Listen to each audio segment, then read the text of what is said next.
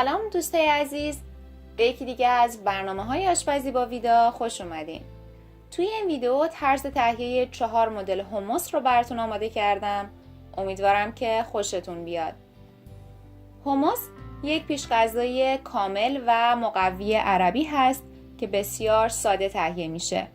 مواد لازم: نخود پخته 2 پیمانه، سس طحینی 4 قاشق غذاخوری، آب لیمو 4 قاشق غذاخوری، سیر 4 حبه، روغن زیتون 4 قاشق غذاخوری، لبو 1 عدد کوچک، هویج پخته شده 1 عدد کوچک و اسفناج 1/4 پیمانه.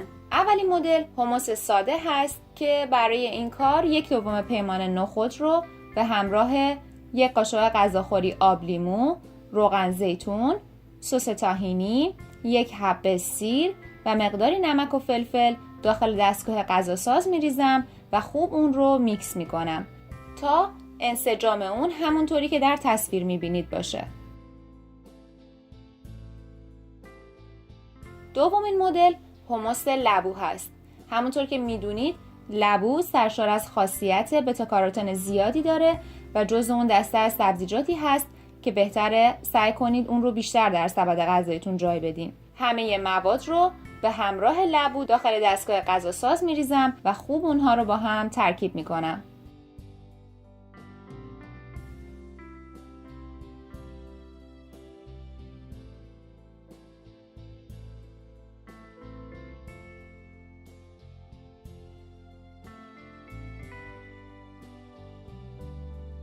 سومین مدل حمص هویج هست که همه مواد رو به همراه هویج داخل دستگاه غذاساز میریزم.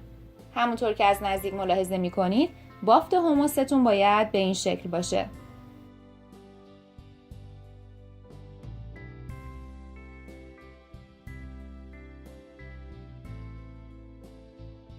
آخرین مدل حمص اسفناج هست که همه مواد رو به همراه اسفناج ترکیب میکنم.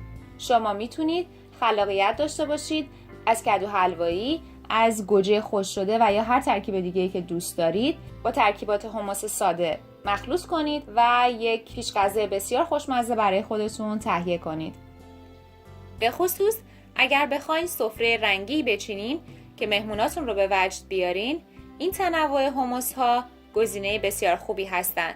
مواد افزودنی و رنگ مصنوعی ندارن و در عین حال بسیار سالم و خوشمزه‌اند. امیدوارم که از این ویدیو هم خوشتون اومده باشه و حتما این حمص های خوشمزه رو تهیه کنید و میتونید اون رو به مدت 10 روز حتی در یخچال نگهداری کنید.